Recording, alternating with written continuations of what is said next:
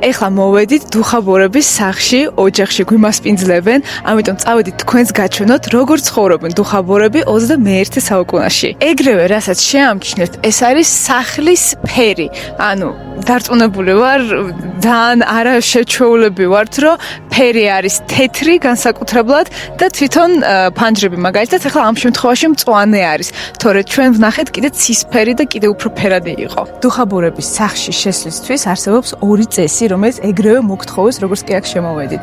პირველი არის ხელების დაბანვა, ამიტომ წავედით ხელები დავიბანოთ. აქ არის შემოსასვლელი, აქვე ეგრევე არის ხელსაბანი.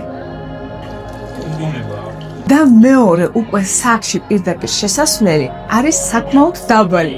ჩემი სიმაღლისთვის მით უმეტეს და მაგისთვის უნდა დავიხარო. ეს ნიშნავს პატივისცემა იმ სახლს და ოჯახს, სადაც შევდივართ. ამიტომ წავედით უკვე თავდახრილები. ჩვენი მასპინძელი არის ბატონო იური, ბატონო იურის ოჯახი. ზუსტად მაგის სახლში ახლა ვიმყოფებით. ძალიან საინტერესო რაღაცები უკვე მოვუყევით დასაწყისში, ამიტომ ახლა თქვენ რამე კიდე ხო არ მომიყვებით საიდუმლოებს? ჩვენ მივყვებით ეკოტურიზმს, ანუ ყველაფერი ვცდილობთ, რომ ჩვენი პროდუქტი, ანუ ძის ნაწარმი და სხვა იყოს ეკოლოგიურად სუფთა. ჩემი ოჯახი აკეთებს ამ ყველაფერს. ნინა, please.